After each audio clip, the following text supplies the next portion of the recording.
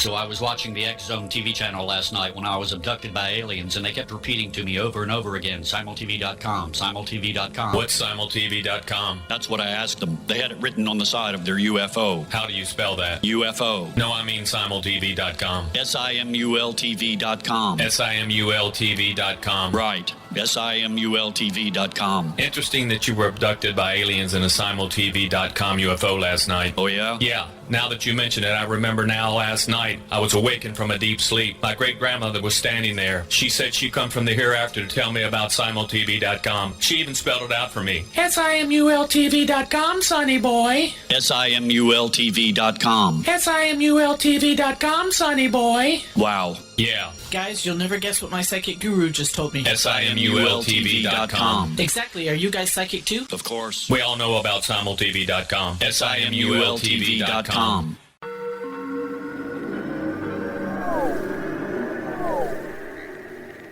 Roswell in the 21st century is a detailed re-examination of the Roswell UFO crash case. I have studied the evidence for more than 30 years, and I now put that evidence under a microscope in a cold case examination of the facts. These facts might not please everyone. They are based on my comprehensive investigation that took years to complete, but they do lead to the conclusion that whatever fell was not built on Earth.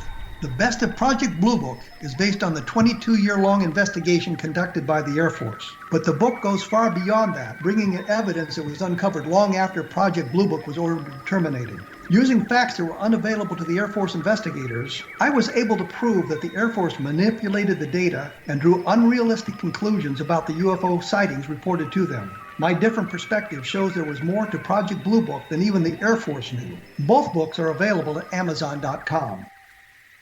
Join Patty Conklin and Healing Within Radio each week. More than entertainment, Healing Within offers educational, useful tools for everyday life. Listen for help overcoming fear, anxiety, and depression. Patty knows about eliminating cancer, MS, dementia, Parkinson's, and a host of illnesses that we face every day. Life can be good. Life is good. All you need are simple tools to start changing your life. Start right now by visiting pattyconklin.com, PATTICONKLIN. No matter where you are in the world, you can work with Patty through Skype, phone, or in person, visiting one of her retreats in Georgia. Visit pattyconklin.com today or call our offices at 404-474-0086. That's pattyconklin.com or call 404-474-0086.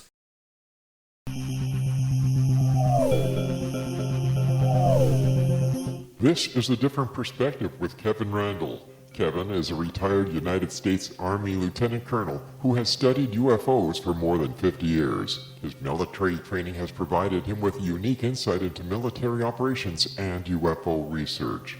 Kevin has investigated many of the most mysterious cases and has been consulted for dozens of documentaries and been interviewed on hundreds of radio and television programs about UFOs. Considered to be one of the leading experts on the Roswell UFO crash, Kevin has written more than 25 books about UFOs, including Roswell in the 21st Century and Encounter in the Desert, a re-examination of the Socorro UFO landing. Now here's the host of A Different Perspective, Kevin Randle. And welcome to this edition of A Different Perspective. I'm Kevin Randle. I'll be joined in just a moment by Andy Marocco, and it's kind of a follow-up from what we did last week. We're going to be talking about Flight 19 again, but before we do, I want to mention one thing. A friend, John Steiger, sent me a link to a grave marker for one of the sailors, one of the Marines on Flight 19 at Arlington National Cemetery. And at first it didn't make much sense to me, and I got to thinking, if he's got a grave, is there a body in the grave? And if there's a body in a grave, then Flight 19 didn't completely disappear. What's the deal here?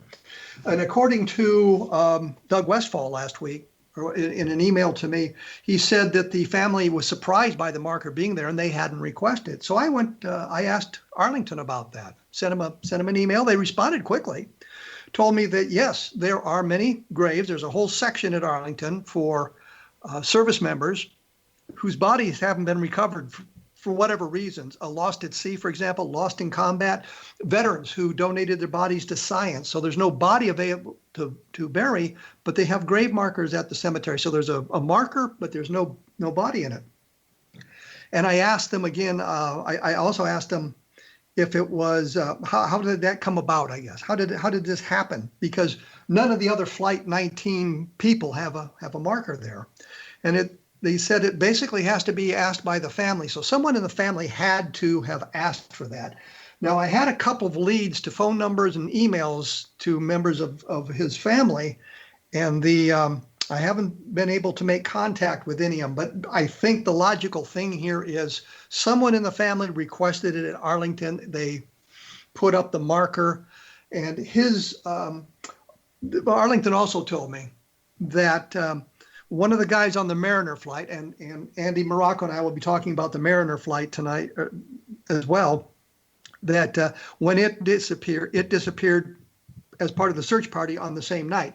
There's a marker for one of the fellows that was on the Mariner there as well. So it's not that unusual. So that kind of brings you up to a little bit up to date. Of course, Flight 19 was the Avenger torpedo bombers that had been on a routine training mission. They took off in less than favorable conditions. They were supposed to make a torpedo run on Hens and Chickens shoals out in the Atlantic, and then they were going to turn north for a period of time and then come back to Fort Lauderdale as part of a training mission. And they never made it back to Fort Lauderdale. And that's kind of what sparked a great deal of interest in the Bermuda Triangle.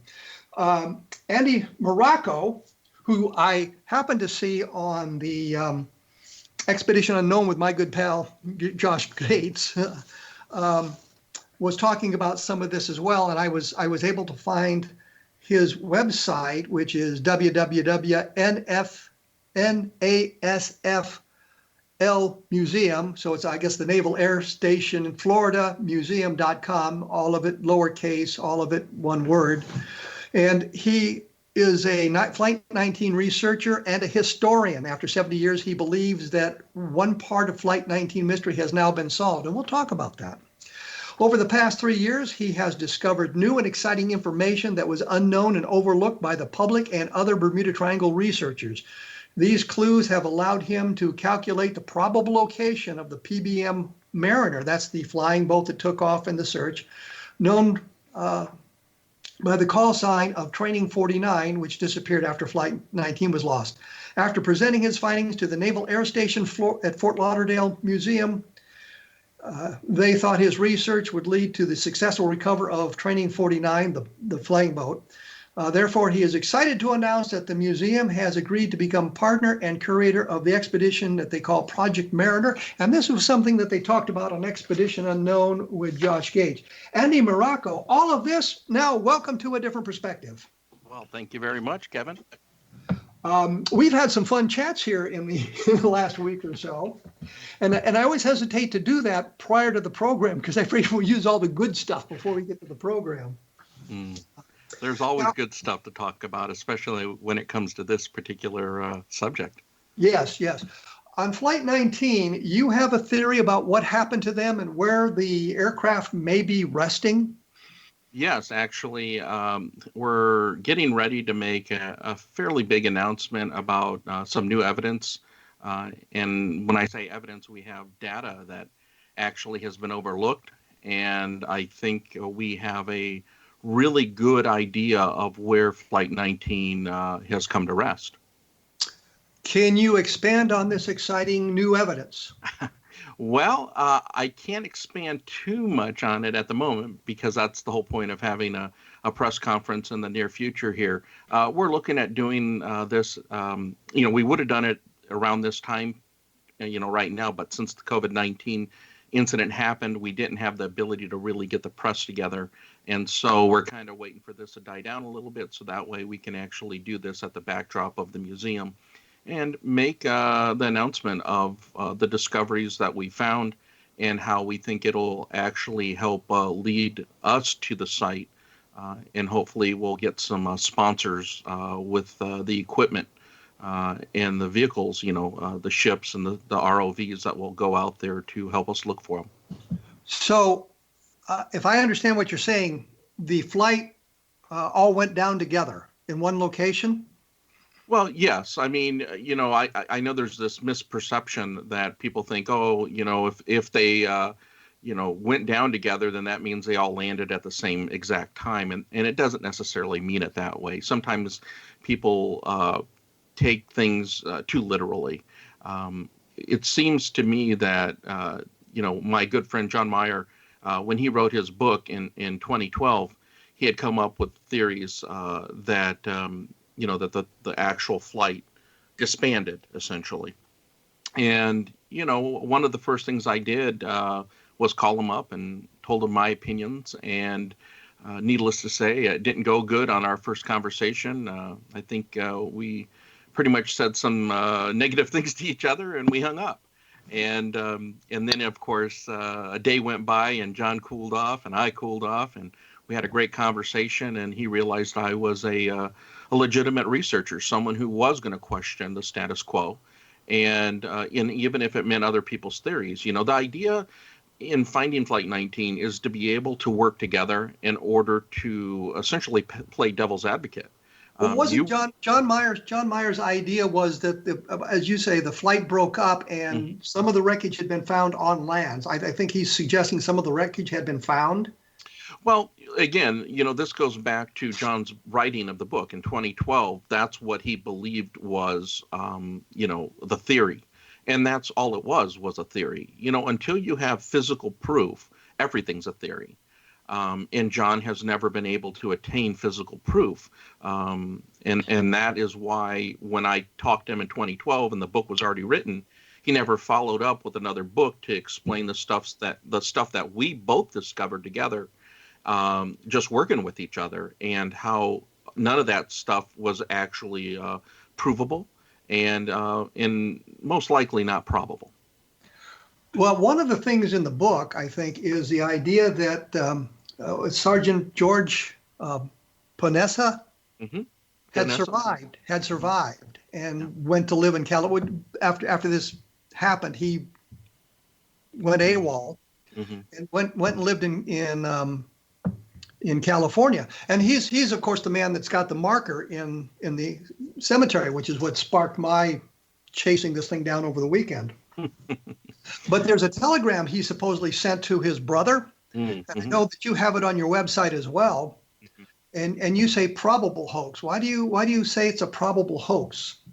Well, the reason I say that is because that letter really didn't come to fruition until the craze of the Bermuda Triangle in the mid 1970s.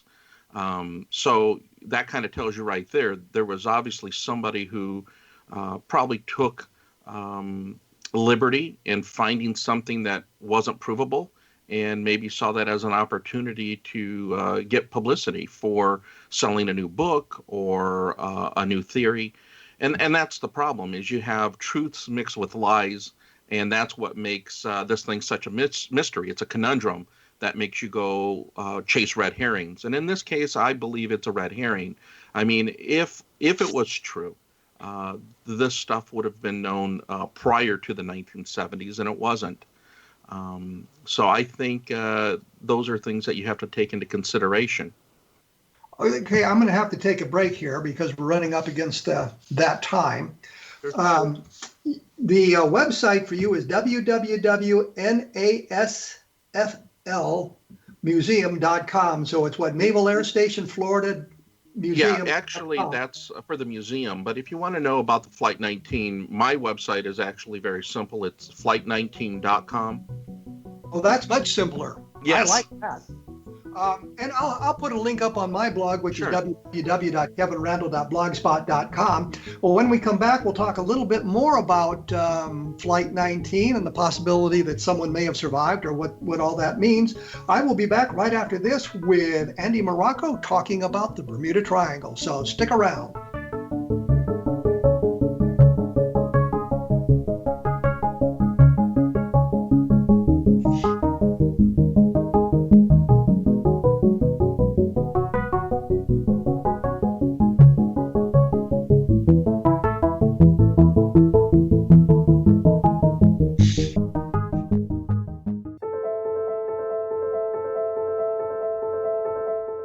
Are you looking for psychic services that empower as well as provide accurate information? Jenny is a third-generation psychic with extensive esoteric training. A practicing professional intuitive for over 30 years, her accuracy is astounding. While most psychics can read what will happen to you if you don't change directions, Jenny understands the future is subjective. While there is a river of time we all traverse, that river has many waves, eddies, currents, and tributaries from which to choose. With Jenny as your guide, you can explore the many possible outcomes in the river of time and navigate your course to the one of your liking. Take control of your future. Book your life-changing session with Jenny today at www.gen-e.net. That's www.gen-e.net.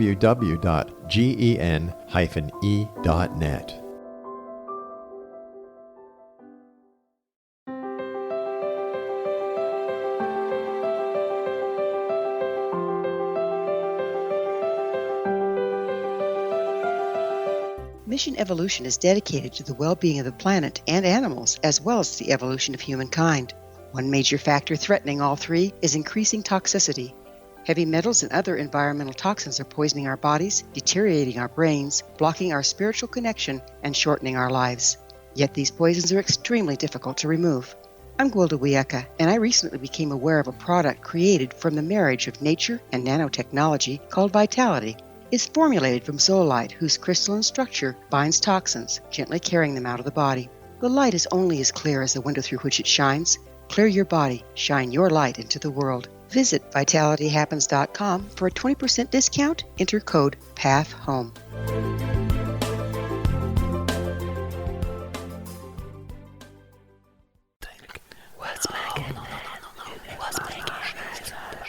In the mid-1990s, I was approached by a young woman who believed she'd been abducted by alien creatures.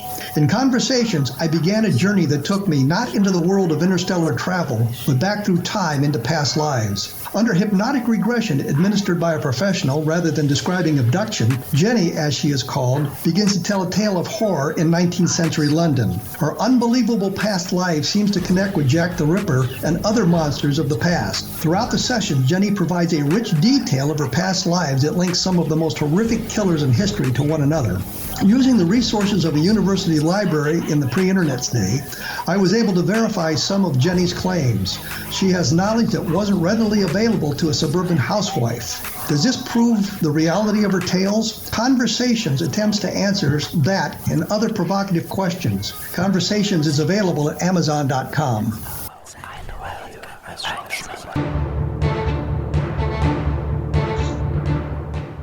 I am here with Andy Marocco. I learned about him from Josh Gates at Expedition Unknown. I like to plug Josh Gates as much as I can because I enjoy his programs. And I also want to thank those of you who have purchased a copy of the Best of Project Blue book. It's been up and down on the various Amazon bestseller lists, which I kind of like. If you enjoyed the book, think about writing a review about it. And I say that because those sorts of things actually help a little bit to get the word out in the and get people interested in buying the book. And I also should mention there are some other fine programs about the paranormal on the X Zone broadcast network at xzbn.net. So take a look at the listings at the website, and I'm sure you can find something that will spark your interest there. I'm here, as I say, with Andy Marocco. We were talking about Flight 19, and I'd mentioned that telegram that was apparently sent to George Franesca's brother at some point there. Do you know when that telegram surfaced in the public arena? Yeah, I believe it was in the mid-1970s when the books and TV were really pushing Charles Berlitz's book about the Bermuda Triangle. Do you know where it came from? Do you know who had it? No. So and in ufology, we have this problem all the time. We have all these great documents, but we have no provenance for them. We don't know where they came from. We can't trace them back. We can't get any kind of verification of their authenticity. So I understand that. I thought maybe you were going to say that you thought it was a hoax because the guy had been killed in the accident, and therefore he couldn't have been sending a telegram. So, well, you can never rule anything out. I'm pretty much in the belief that you have to have evidence to back something up. No one can say definitively that George Payanessa survived or that he died. All we know is that he never came back. So that could lead to two different possibilities, right? So you just want to decide on which one you want to believe. I think if you look at the majority of evidence that exists, it's highly unlikely he made it back. Well, I'd say one thing. If he in fact survived and became a contractor in California and then passed away in the 60s or 70s, there should be an obituary somewhere. Mm-hmm. And if that obituary exists, then it would list his next of kin, which would allow us to verify it's the right guy. Clearly, there was a guy with the name George Paneska in California as a contractor. He's in the phone book and everything else, but is it the same guy? Yes, and actually, the funny story about that is Doug actually, who was your guest last week, actually asked me to go look at Arlington. It's called Arlington National Cemetery in Riverside, not in Washington, D.C. There's one in Riverside, California as well. And there is a George Paonessa headstone out there, but it's not the same George Paonessa. Obviously, they are maybe distant cousins. George is a very common name. Paonessa isn't. And so I guess Paonessa did have family not only in the New York area, but also in California. So I did go out there, and it does look like there is a gentleman named George Paonessa actually buried here as well. And that's probably the one Doug's talking about when he talks about the one that had a contracting business in Los Angeles.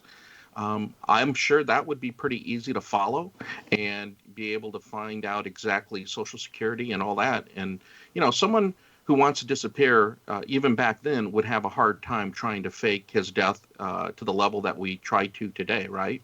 So I think it would be even harder to do it back then, to be honest. So your opinion, and I think it's one that most people share, is that the entire flight disappeared together. They did not break up. And as a former military pilot who did a lot of formation flying, I just couldn't see the flight breaking up as they realized that they were going to run out of gas. And some guy said, well, I'm leaving the flight. I'm going to go do something else here. I just can't wrap my mind around that. So I was always of the opinion that they followed the order that Taylor gave, which was when the first man is down to 10 gallons of gas, we'll all ditch together. So they came down in a relatively compact area of the Atlantic Ocean. And I always thought it was a good idea because it would allow search and rescue a bigger target to search for. If two or three guys in the ocean paddling around in a little rubber boat or in their Mae West would be hard to spot, but if you had more people and more of that debris around, it'd be easier to find them. So I always thought it was a good idea to do that as a last ditch effort, and that's exactly what it would have been, last ditch. Well, yeah, and I think you have to think about something there, and it's not just that, it's just the whole thing when you take in survival aspect of it. I mean, if you separated and left each other, the chances of survival or anyone surviving would be minimal. You need help. And in a situation like that, especially if you're five guys that are flying at night in the middle of the ocean, there's no lights, there's nothing to see, what are you supposed to do? I would take my chances and work with everybody to, take turns trying to make as close of a landing as you can next to each other. Obviously not at the same time because you would never know where each other's at. But if one went down, you would circle around and try to come back and get as close as you could. So that way the swim, if there was one, would be possible. And then you guys could all work together to survive. Well, and that makes perfect sense to me in that respect. Now, as I said, Taylor gave an order to do that, to stick together, and there is no evidence that the flight broke up, right? I mean, the evidence is they stuck together to the very end. Yes, all the research, and here's a little quick plug, and I think the audience really should look into this themselves. Listening to authors and reading books is one thing, but sometimes the actual people who are interested in the subject matter have to read the actual documents themselves. And what I've been able to do in the last 5 years was actually get the official Navy report. And I took it and put it in order because it was never in order. It was on microfilm, and I put all the pages in order and all the documents, like the evidence, which are like maps and HFDF bearings and different things all together, so that somebody could read the evidence and make a conclusion themselves. And we have this on flight19.com, and you can get essentially the two books for less than $10 together. And there are PDFs, so that way you can zoom in on the pages and actually read and see the actual material. Well, one of the things that's bothered me is the failure of the compass. Now, when I say we, as a helicopter pilot, we had a magnetic compass and we had an ADF, an automatic direction finder. Mm-hmm.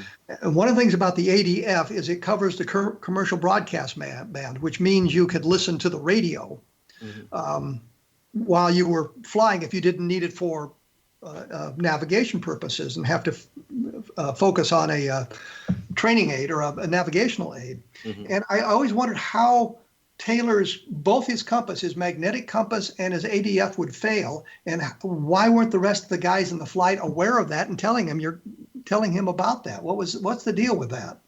Well, again, it goes back to how do we know anything, and how do we know that those events occurred in the way that that people have transcribed in books and articles?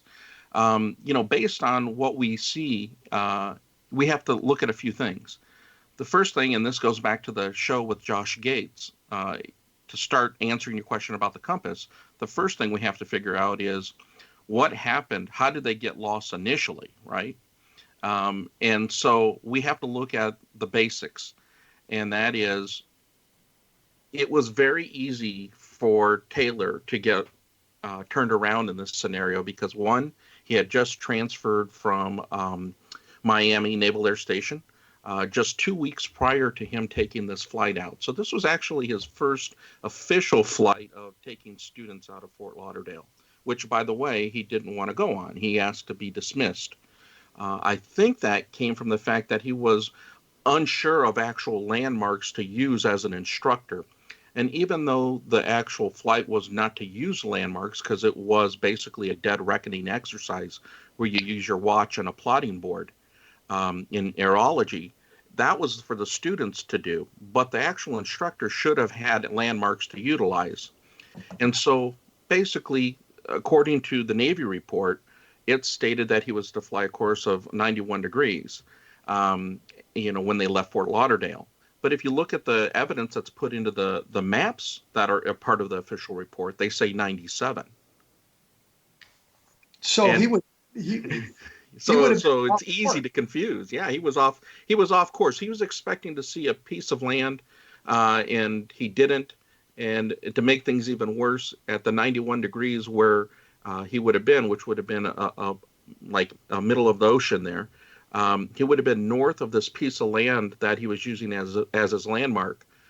But he got lost from the simple fact that visibility was only 10 miles. Right? But he was 15 miles from that piece of land. So he was unable to see it. So his compasses may not have failed him. It was the navigational error based on getting the wrong direction. That's right. It's that simple. And then now the next logical thing, and now, of course, this takes a little bit of speculation, because, again, it's not in the record and we don't know what he was thinking. But the circumstance isn't far off, I think, for most of us to gravitate to, and that is this. If you don't see what you're seeing, the first thing you start to think is, maybe my compass isn't working. Right? Okay, let me interrupt you there because I have to take my break, and I hesitate to do that. When we come back, we're going to talk a little bit more about Flight 19, and then I want to get into the Mariner, which I know you and Josh Gates had some interesting evidence that you found during that program. The website is flight19.com. Mine is www.kevinrandle.blogspot.com, and the books are The Best of Project Blue Book and Roswell in the 21st Century and Encounter in the Desert about the Lonnie Zamora sighting. We will be back right after this, so please stick around.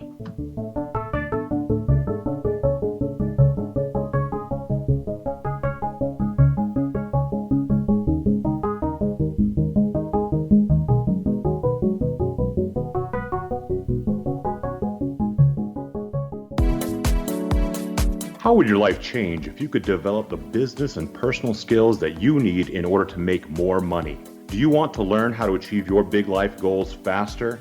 Then go to findhiddenmoney.com and get the Goal for It online course. The course teaches you how you can set and achieve your biggest goals while completely overcoming the roadblocks to your goals so that you can realize your dreams and imagine more success. Go to findhiddenmoney.com. If you are looking for a safe, zero-calorie natural option to the harmful artificial sweeteners on the market today, Just Like Sugar is what you're looking for. Just Like Sugar is a wonderful natural alternative for those health-conscious people who choose a calorie-restricted diet with a great, pure, sweet flavor that tastes just like sugar. Just Like Sugar is a great natural option for people suffering from diabetes and may be useful in restricted diet programs where standard sugars are not allowed and does not cause a laxative effect of some other sweeteners. Just Like Sugar comprises a perfect blend of chicory root fiber, natural calcium, natural vitamin C, and Just Like Sugar's sweetness comes from the natural flavors from the peel of the orange. Just Like Sugar is a natural alternative to harmful artificial sweeteners and will change the way that you believe all natural sweetener products taste. Just Like Sugar is available at your local Whole Foods markets, Wild Oats markets, Henry's, Sun Harvest, and many other fine natural food stores in the U.S., Canada, and worldwide. Audience. If you have seen a UFO, had a close encounter, seen a ghost, Bigfoot, lake monster, or a story that you would like to share or have investigated, contact me, Rob McConnell, by sending me your email to xzone@xzoneradiotv.com, or you can call toll-free 1-800-610-7035, extension 143, and on Skype, X-Zone Radio TV. For more information on the X-Zone Radio TV show with yours truly, Rob McConnell, visit www.xzoneradiotv.com or www.xzonetvchannel.com or simultv.com and xzbn.net. Until next we meet here in the X-Zone from our broadcast center and studios in Hamilton, Ontario, Canada, always remember, X-Zone Nation, keep your eyes to the sky and your heart in the light.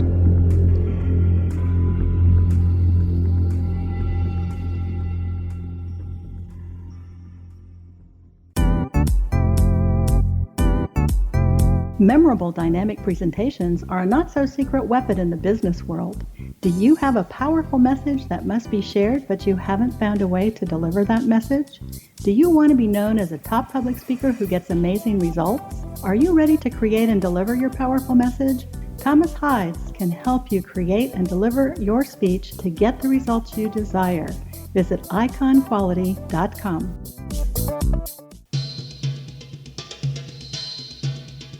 I am joined by Andy Marocco. We're talking about Flight 19. When we went away, we were talking about navigational problems and the fact that he had a 6 or 7 degree difference between what the course he was supposed to fly and the course that he actually flew, I guess. And the further you get away from your starting point, the further away you get from where you're supposed to be going. And it can become quite distressing, I suppose, because you don't see what you're supposed to see. But the guys in the flight were doing the navigational problem. Didn't they say, hey, there's a mistake here, we need to do something? They basically flew around in a circle till they ran out of gas. Didn't somebody say to the flight leader, hey, we've got to go a different direction to find land? Absolutely. Based upon, all the evidence, including the testimony and the transcripts and the radio logs. And I should preface on radio logs, one of the things that you have to understand is these weren't tape recorded, back then. They were basically written down and they were set up in a summary or memorized as quickly as they could be by the radio operators who were writing it down. So sometimes they would take the liberty of summarizing the full conversation versus the exact words that were said. So I just want to make that clear to your listeners. Okay. You said something earlier that I wanted to touch on as well. Wait, let me answer your question though. You did ask me the question, and that was, didn't anybody say anything about, aren't we going the wrong way? It obviously became apparent. And if Taylor claimed his compasses were out, I would probably buy the fact that maybe one could be out. But to have two, I think most pilots would, say that that's an improbability for one. You did have 4 other planes that had compasses, and nobody claimed that they weren't working. And then we obviously know later on in the flight, they are using their compasses because they're talking about flying 030 degrees, 090, 270. So we know they're using them. So somebody's was obviously working. They had ADF in the aircraft, right? Automatic directional finding is what you're saying? Yes. Yes, they had the ability to home in on things. Sure. They could have tuned into a radio station in Florida. Theoretically, yes. And flown to that radio station. Sure. But they didn't do that. That's one of the mysteries, yes. Okay.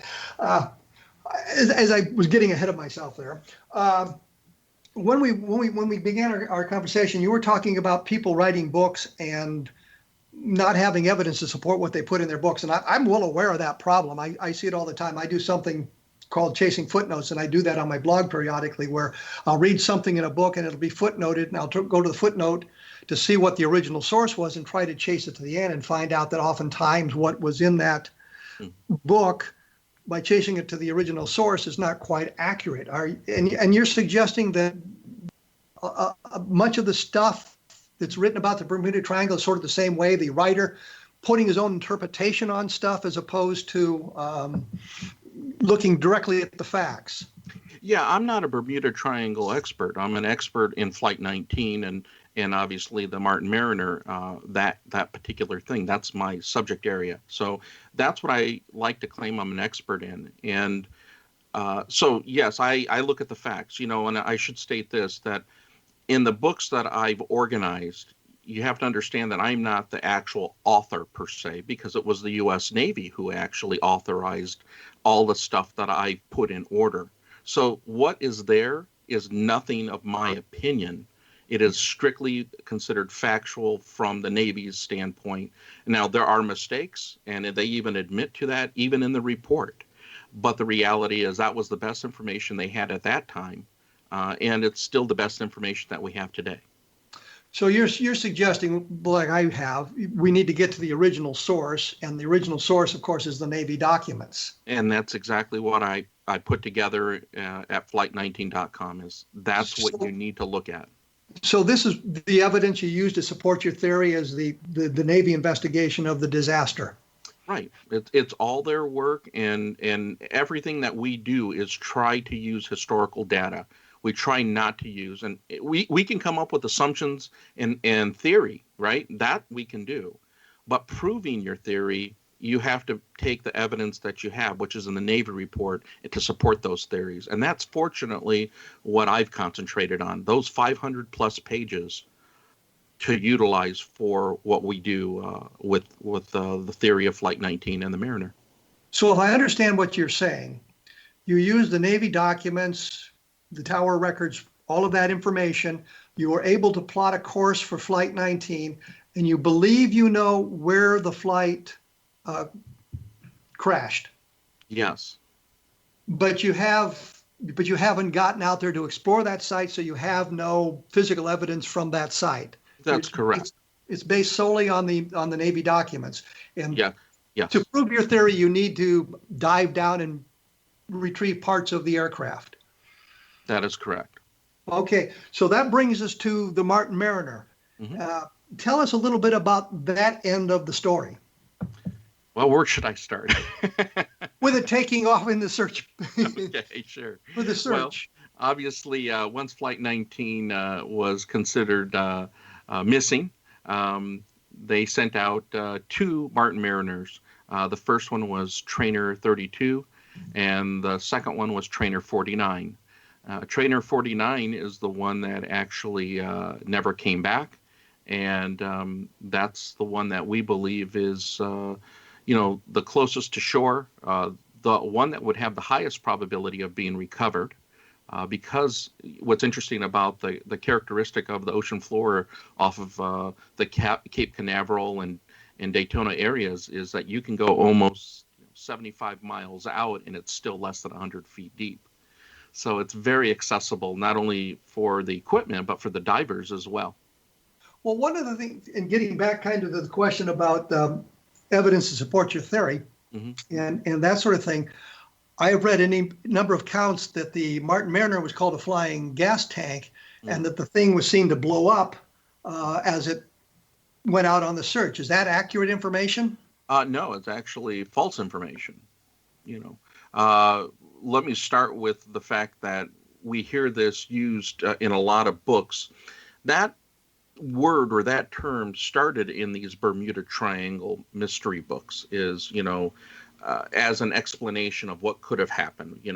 The reality is I can't find any PBM Mariner from that time period that, or any for that matter, other than this one, the claim that they blew up from, somebody lighting up a cigarette in a plane. I've never heard that. There's nothing out there to support that. I've looked through many of the crash reports, and most crash reports on a PBM usually crash for reasons that have nothing to do with blowing up. Wasn't there some witnesses that saw an explosion in the air? According to some of these books, there was people witnessed an explosion they thought was the PBM blowing up. Yes, actually, you have the Gaines Mill, which was a T2 oil tanker that was supposedly a witness. And when I say that, there are no names in the Navy report of the captain.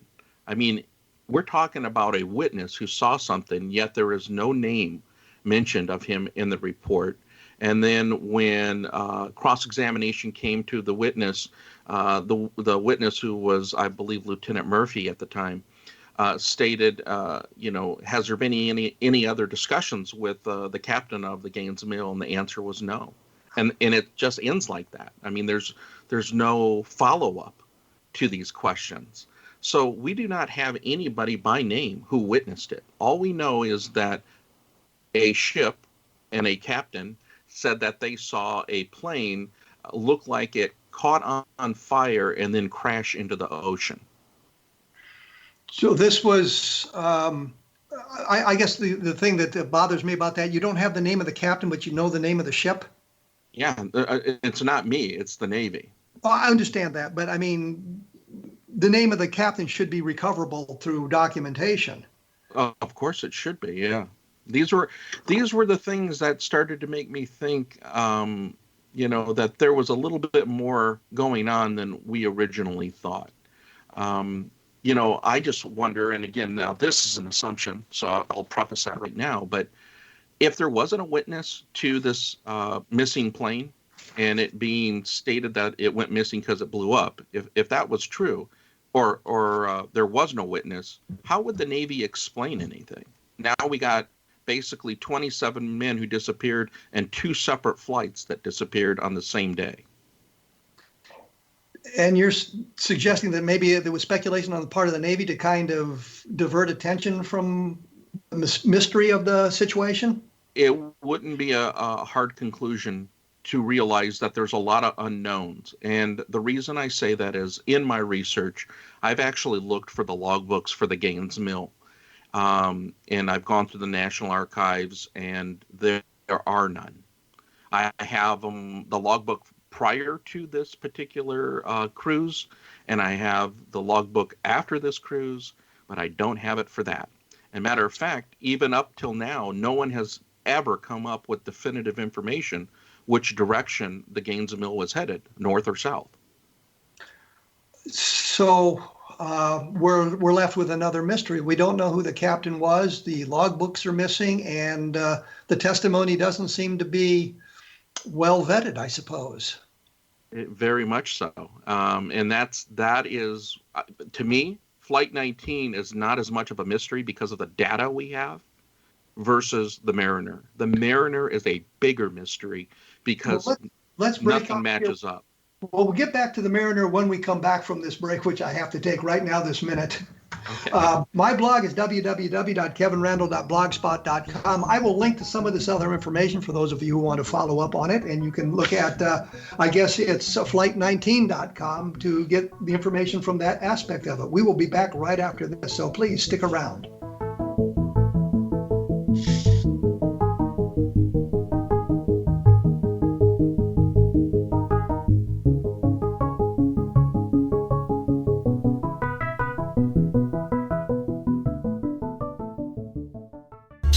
watching the X Zone TV channel last night when I was abducted by aliens, and they kept repeating to me over and over again, simultv.com, simultv.com. What's simultv.com? That's what I asked them. They had it written on the side of their UFO. How do you spell that? UFO. No, I mean simultv.com. simultv.com. simultv.com. Right. simultv.com. Interesting that you were abducted by aliens in a simultv.com UFO last night. Oh, yeah? Yeah. Now that you mention it, I remember now last night I was awakened from a deep sleep. My great-grandmother was standing there. She said she'd come from the hereafter to tell me about simultv.com. She even spelled it out for me. simultv.com, sonny boy. simultv.com. simultv.com, sonny boy. Wow. Yeah. Guys, you'll never guess what my psychic guru just told me. simultv.com. Exactly. Are you guys psychic too? Of course. We all know about simultv.com. simultv.com. In the mid-1990s, I was approached by a young woman who believed she'd been abducted by alien creatures. In conversations, I began a journey that took me not into the world of interstellar travel, but back through time into past lives. Under hypnotic regression administered by a professional rather than describing abduction, Jenny, as she is called, begins to tell a tale of horror in 19th century London. Her unbelievable past life seems to connect with Jack the Ripper and other monsters of the past. Throughout the session, Jenny provides a rich detail of her past lives that links some of the most horrific killers in history to one another. Using the resources of a university library in the pre-internet's day, I was able to verify some of Jenny's claims. She has knowledge that wasn't readily available to a suburban housewife. Does this prove the reality of her tales? Conversations attempts to answer that and other provocative questions. Conversations is available at Amazon.com.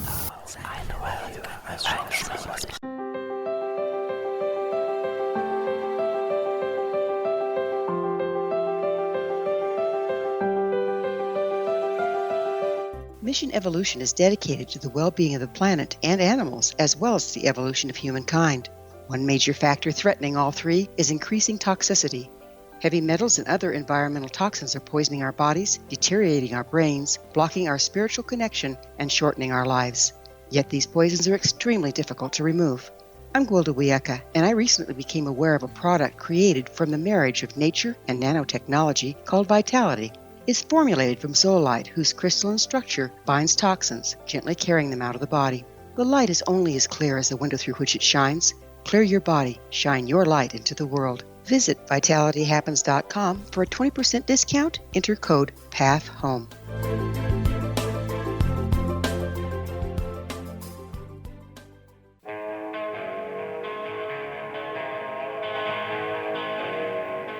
Morocco is the guest today. We were talking about Flight 19. We're talking about the Bermuda Triangle. And when we left, we were talking about the Martin Mariner, which was one of the search craft set out after Flight 19 disappeared, and it too disappeared.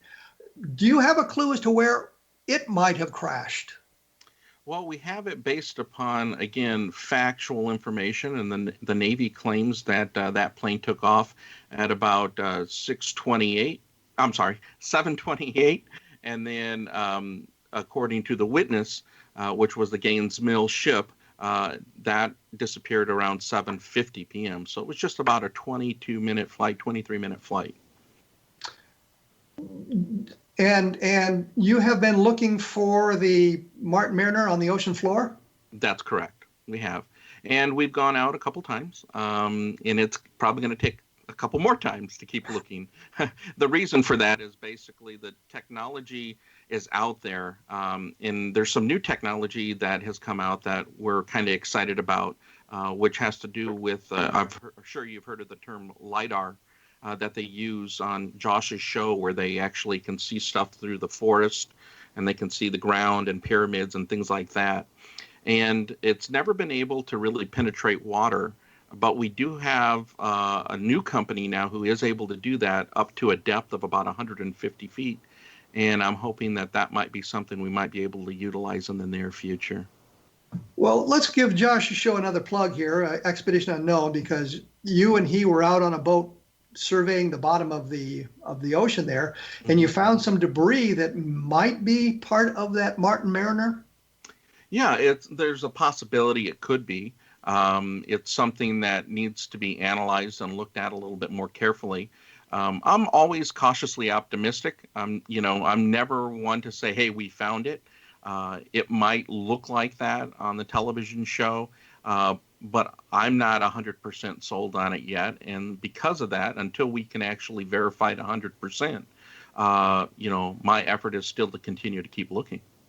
Were you able to recover anything from the debris you found on the ocean floor? And for those of you who didn't see the program, the ocean floor is like a flat plane of brown mud with virtually nothing there, and you came up to some wreckage that are clearly parts of an aircraft. Right. We weren't able to bring anything up. I mean, we have a couple things that we got to consider. One is if it is the Mariner, you're talking about a ship that belongs, a craft, a vessel. They consider an aircraft a vessel if it belongs to Navy as well. And part of the Navy's Vessel Act is we're not able to touch anything that is considered a grave. We have to get permission and clearance from the Navy in order to do that. So there's other things that are going on. It's not just a matter of, hey, you put a chain on the engine and you pull it up. We have to get permissions. There's a process to this. And so, it's not something that we can find out overnight. But there was enough evidence. I mean, you could see part of the propellers and some of the engine that was suggestive of it being a Mariner. It was the same kind of engine, same kind of propeller array that you'd see on that? Yes. The problem with that is that engine, the R-2800, was prominent in other aircraft during that World War II period. And there are other aircraft that are out in the ocean, like Hellcats, that crashed. And remember, people don't realize this. Florida was a hotbed of Navy training. And for it to be out there, just like John Myers' plane that he originally thought was part of Flight 19, it ended up being a plane that was a TBM Avenger, but it was another Avenger that came off the USS Solomons in a carrier qualifying accident. So things like that happen. So that's why I'm always cautiously optimistic until I've seen a number of reports where they found TBMs on the ocean floor in that area, and they were able to get serial numbers of part of the engines or material or equipment in the aircraft, and realized it wasn't part of Flight 19. That's correct. So, I mean, I've seen that sort of thing. So when I came across the stories that said Flight 19 had been found, I was a little bit surprised. And so what you're saying to me, as I understand it now, is Flight 19, you think you know where it went down, but you have not recovered anything, so you haven't been able to prove that? You mean the Mariner? No, Flight 19 and the Mariner were in a similar circumstance. You've actually found debris on the ocean floor, but you haven't been able to verify that it was part of that search and rescue operation. That's correct. We haven't been able to prove anything on the Mariner at this point. And, we're, like I said, we're optimistic, but the search continues until we can find something else. I mean, if we could find fuselage or other things that would really be, how many PBM Mariners have crashed off the coast of Florida? There's probably one other PBM that disappeared from Banana River, which is, on its way to the island of Bermuda. And so that's one thing to consider as well. So, there's not many of them, but TBM Avengers, I can show you 35 of them that are off of Fort Lauderdale right now that are due to training accidents. So that's exactly what happened to the planes that were found in the early 90s by Graham Hawkes. He thought for sure he had found Flight 19 because he found 5 Avengers, and they were all within a quarter mile of each other. And he thought it was an astronomical, possibility that, how could this be separate accidents? Well, believe it or not, it was. And it had to do with the fact that they were all doing dive bombing on targets in that area during training. So, there's always an explanation for this stuff. Well, it's kind of surprising you'd find 5 Avenger torpedo bombers that close together and they're not being associated with anything other than training events. But they're separated in time, and they crashed at different times. They didn't crash together. That's correct.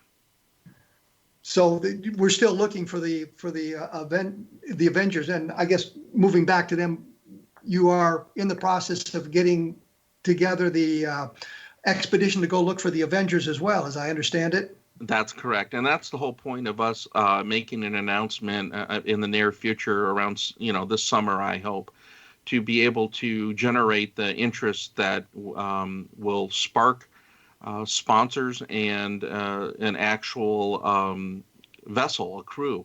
We need the best researchers out there to help us get there. If Dr. Ballard in the Woods Hill Institute wanted to help out and knew we had coordinates to share with them, I'm sure they'd jump on and work with us as soon as possible. But we don't really know what happened. But you don't think there's some kind of paranormal phenomena going on in that area that would cause all these accidents? Well, where we're looking and where we know Flight 19 is based upon, just even in the Navy report, they have a fix at 5:50 p.m. And that fix basically shows it's outside of the Bermuda Triangle. So there's no Bermuda Triangle to be looking at this point. But the question is, you don't think there's some sort of paranormal activity in that area that would be responsible for like Flight 19 disappearing? They didn't get sucked into a parallel dimension. No, I don't believe in that. That's just me. And they didn't get taken by UFOs as they showed in the beginning of Close Encounters of the Third Kind, the motion picture. No, not in my opinion. Again, I can't prove that part of it. I stick to what is provable. And I have 550 pages of documents that basically show that the Navy knows where they were. The Navy knows where they were close enough to have found them back in 1945, or just... I would say that they would have been late in finding them. They would have probably perished before they even got to them. Well, I guess, I'm not suggesting the Navy did anything wrong. I mean, understand the weather was really crappy, and you're searching for guys floating around in the ocean, because how long would the Avenger remain afloat before it sank? Just minutes. I mean, there's been some people who have claimed, in waters that were calm, it was take 5 minutes for maybe one to actually, sink completely. But if you're in rough seas, that changes quickly. Also changes if doors are opened, like in the cabin compartment where the radio men and the gunner were, right? So, if you let water in, it's going to sink quickly. They were never airtight.